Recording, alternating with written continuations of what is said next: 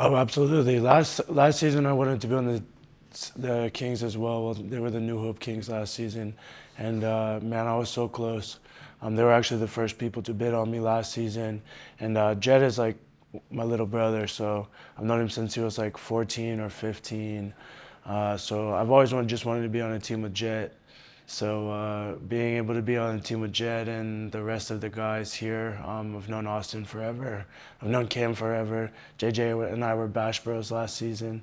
So yeah, I'm just super lucky to be on this team, and I'm so honored that Coach Ricky believed in me enough to pick me. So yeah, Kevin, yeah, everybody's just been so good to me. I can't even like express the feelings that I have. Like gratitude is like the number one thing on my mind right now, and man, I'm just so lucky to be here.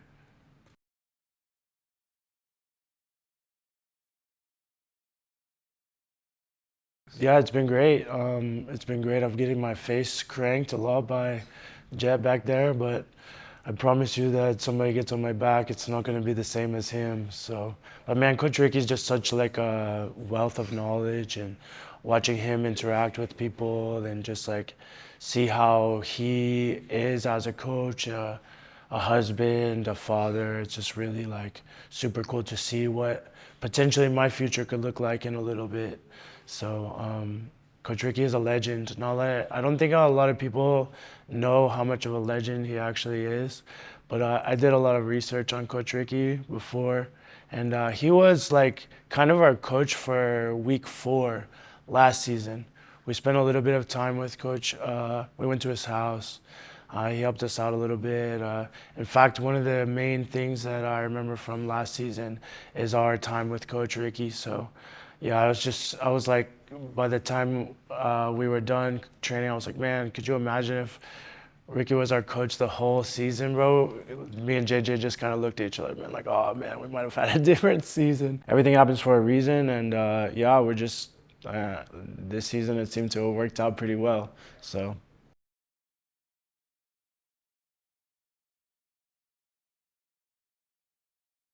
Yeah, I'm just like so grateful for every opportunity that Jiu-Jitsu has brought to me.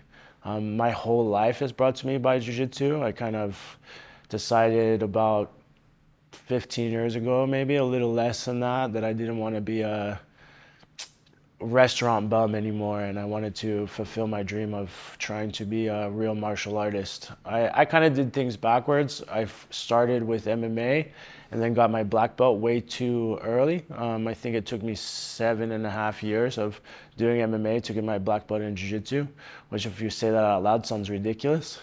It wasn't 7.5 years of Jiu-Jitsu, it was 7.5 years of doing MMA, and I've been making up for it ever since. So yeah, I feel like I'm still very young in this game, even though I'm probably one of the older guys that still competes in the adult division. I see guys nowadays that I looked up to doing Master 1 and Master 2, and like kind of just like riding the wave that is getting older, and I just refuse. So I feel like the times that you spend saying that you're old are the times that you've created kind of a wall for yourself. And I believe that I honestly can do this for another 10 to 15 years without any issues whatsoever, without taking any extracurricular supplements that some of these other guys are on. I can't look at my students in the face and say, oh, yeah, you can do this, and then be doing stuff behind closed doors. So I'm just like, yeah, I'm just ready for the next opportunities, to be honest. I'm ready for the next season of PGF. I'm ready to hopefully be a king for the rest of my life, hopefully. I can't imagine being on a better team. I can't imagine having better leaders. I cannot imagine having somebody like Kevin. Man, Kevin, I was kind of like, what's this guy's deal? Like, is there some secret agenda? He's so nice. A lot, unfortunately, being a little older, you see a lot of people try to take advantage of people. That's the one thing that I can say experience-wise that I might have over some of these other younger kids, is I have been treated very well and I've been treated very poorly. I know what it's like to be in a gym situation where you give your all to a gym and they don't really give anything back. So now Heath has given me kind of like a new light at PSF, and I kind of get to forget about all the negative things. And with life, there's going to be positive and there's going to be negative, and the only way that you can control anything is just by how you portray yourself, right? No matter how hard life gets, you just gotta kind of dust it off, shake it off, and just keep going.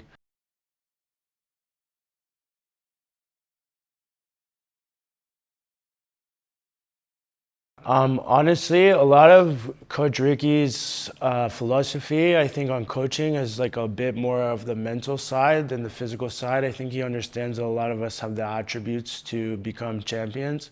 Just sometimes we lack the confidence or we lack the knowledge inside of ourselves. So he does a lot of like motivational speeches. He kind of like just kind of gives us similar to Heath. It's like if you there's a saying like you can give a man a fish and you can feed him for a day, or you can teach him how to fish and you can feed him for a life. And I think very similar to my coach back home, Ricky is very much like, okay, you can be good at jiu-jitsu, but you have to be good at life too.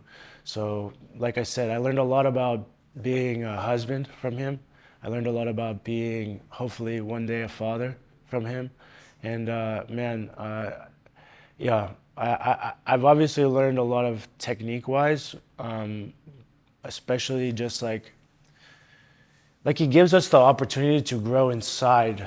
You know what I mean? Like being with Austin or being with Jed or JJ or Cam, like he's given us an opportunity to learn and grow from each other. That man, he's just gardening us, like just giving us enough water, giving us enough food to kind of grow all by ourselves. And I kind of appreciate Ricky and his wife Lindsay enough.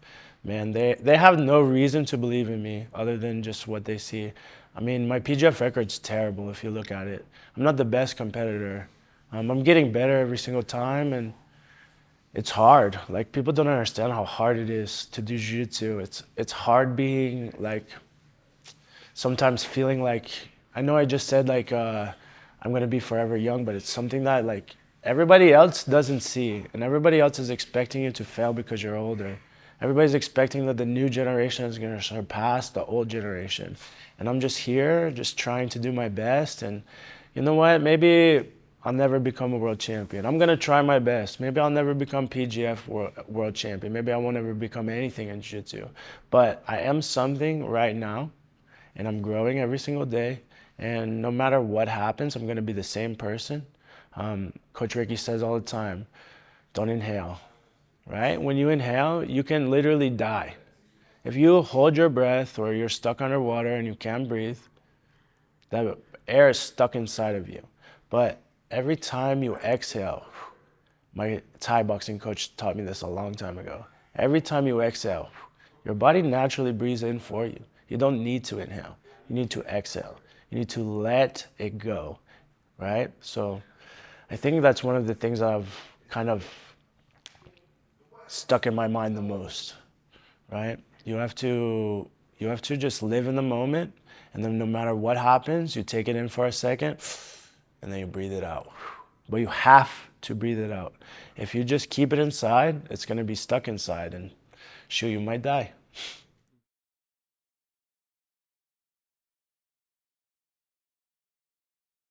Honestly, I'm just like happier. Like I don't know what it is. I don't know if it's just being surrounded by everybody that I've been being surrounded for. Because like I said earlier, no one has any reason to be nice to me. Like a lot of people can just look and say, "Oh, this is an old dog. He's going to kind of pan out in the next couple of years, and let's focus on the younger generation." But they see something inside of me that I'm starting to see myself. Like the brighter my fire is, the more light I get to shine on other people. And maybe my job in jiu-jitsu isn't necessarily to be a world champion. It's to show everybody that no matter what happens to you, you don't inhale. You just breathe it out and we're on to the next. And everything will teach you something. everything really happens for a reason. I think that's something that we all believe in here. Um, it's interesting being on such a wholly driven team. I grew up like I was baptized when I was younger, but I haven't really like, I was kind of like a Buddhist when I was younger. I kind of like floated around with different like philosophies, and we may not see eye to eye on the exact like golden picture, but I think because of the way that we all kind of are, that it doesn't really matter. It's so cool that because I'm not technically a Christian, I'm not technically anything to be honest, but they seem to not care. I don't know. I got a pass for some reason. They're just so loving. Like it's cool, and I'm not somebody that prays. I'm not somebody that like spends all this time, but I kind of thought it was cool, like going and like I said, I'm not like a part of like praying is not something that I'm used to. Honestly, it's something that I thought would make me feel kind of uncomfortable. But man, like the way that they just love each other and the way that everybody's just come together, and maybe it's because of that, but it's just been really cool to see something that I don't normally see. And there's a lot of things that I'm gonna take back home. There's a lot of things that I think that Coach Ricky and Kevin has us do.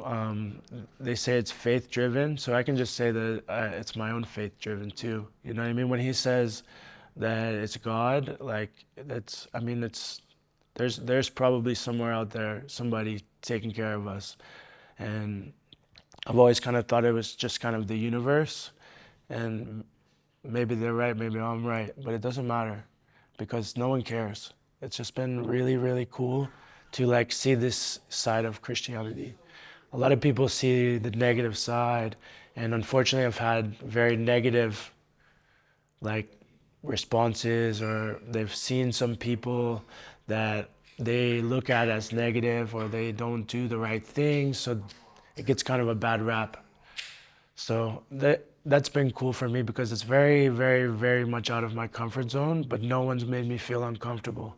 And that's the coolest thing. They've all just, in fact, Coach Ricky's actually I asked me to lead the prayer a couple times, even though he knows that's not what I do. But they've done so much for me, for my life, for my wife, for my kids back home, that the least I can do is just kind of go with the flow. And honestly, it's been kind of cool. I thought it would be weird. I thought it would be like more strange. I thought I'd feel more uncomfortable. I thought I wouldn't even want to talk about this stuff, but honestly, it's been super cool. And no one's been super pushy. They just believe in what they believe and they're happy. And they want other people to be happy too. And it's like when there's a reason for your happiness, you guys want to, everybody wants to see, everybody wants to show you the light of their happiness. And I'll tell you what that is these men truly live by the joy of the Lord is my strength. it's really cool And to that see. joy just overflows, and they want other people to be strong. Yeah. I think a lot of people get a bad rap for, and I think unfortunately we have some examples in the world that give it a bad rap. And a lot of people I think hide behind religion and they say this and this and this, and then they act a completely different way.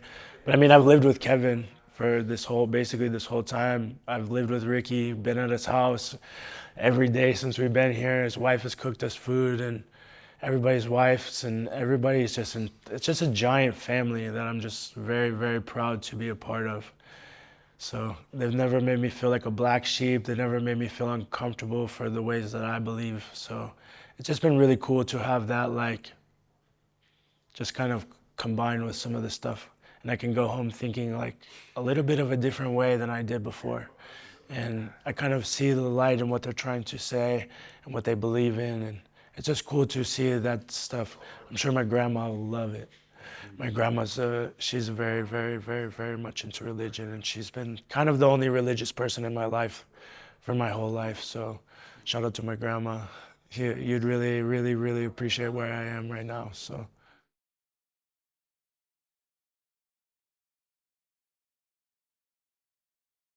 yeah, I really, really, really believe that I had a good part, and I was proud to hold that trophy. I had made an Instagram post about it earlier, and a couple of years ago, I may not have even wanted to touch it. I may have felt so sad about my own matches and my own thought process on how those matches were. And man, the sport can eat you alive. You can focus on all the negative things that have happened to you, but losing a match is like, who cares? How many times you win in Fortnite? How many times you win in any video game that you play? Unless you're like the top percent, even the top percent probably lose all the time. They play for 12 hours. How many times are they really going to win? So it's like we get to play for 6 minutes at a time. If I could hit the reset button and play all day, I would. And I probably won't lose every single match. You know what I mean? I honestly think that I'm good enough that I could beat 80% of everybody here. And then the 20% is just a toss-up. Is it that? Is it your day? Is it their day? How do you feel? So honestly, I just woke up every day ready to fight, and it's been a super cool adventure. And I think that from now on, I'll have a little bit different of a mindset towards how I compete. I had a nice conversation with Chuy yesterday, and he kind of redirected some of my feelings towards how I should compete, and it was cool. Everybody's been saying it, but Chuy's been the best part of this. Seeing somebody kind of just from an entirely different world come in. He doesn't speak English, and he's trying his best. And man, the love that guy gives is incredible. So I wouldn't have even been able to play if it wasn't for Chuy. So man, I love that guy so much. It's cool to only know somebody for 4 weeks, 5 weeks, and feel like I've known him forever. But yeah, shout out to Chuy in our conversation last night. I think on Wednesday, when I fight in the Battle Rama, I'll have a little bit more fire, because that might be something that I was missing. I don't necessarily compete for any reason other than I want to compete. And he made me maybe refocus. And I talked to my wife a little bit, and she sent me something that I'm going to read before my matches on Wednesday. And we wouldn't have had that conversation if it wasn't for Chuy. So yeah. So Chuy may have changed the progression of my entire life just by having a conversation after eating tacos together. Everything happens for a reason, and I'm so lucky. I'm so lucky. The Kings would say I'm blessed, right?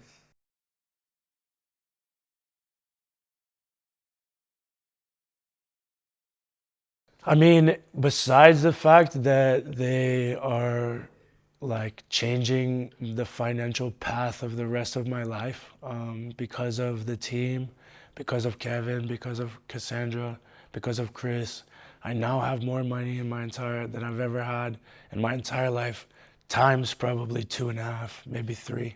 The only time I've ever had a big group of money was before I went to Brazil 10 years ago. So then I came back with $20 in my pocket, and I've been grinding ever since. Like I said in my post-fight interview, I used to live in a car with my wife and my cat in the winter time in the Midwest. So my life is infinitely better. And I can't thank Kevin, I can't thank Chris, I can't thank Cassandra enough. They've given me every opportunity in my life to grow. And like I said, they don't really have a reason to. They just believe in me because of who I am, not because I'm a good athlete, but they honestly believe in me as a good person. And as much as I want to be a good athlete, the best athlete that I possibly can be, it's more important to be a good human and to pass on like proper knowledge to the next generation, so that the next generation doesn't have to struggle like me. I don't want my students to have to struggle. That's why I fight. That's why I compete for the most part. That's why I want to do everything, so that my wife can have a better life, so my brother can have a better life, and so that all my students can have a better life. And if I'm lucky enough, if I'm blessed enough, I'll be able to pass this down to my children one day. So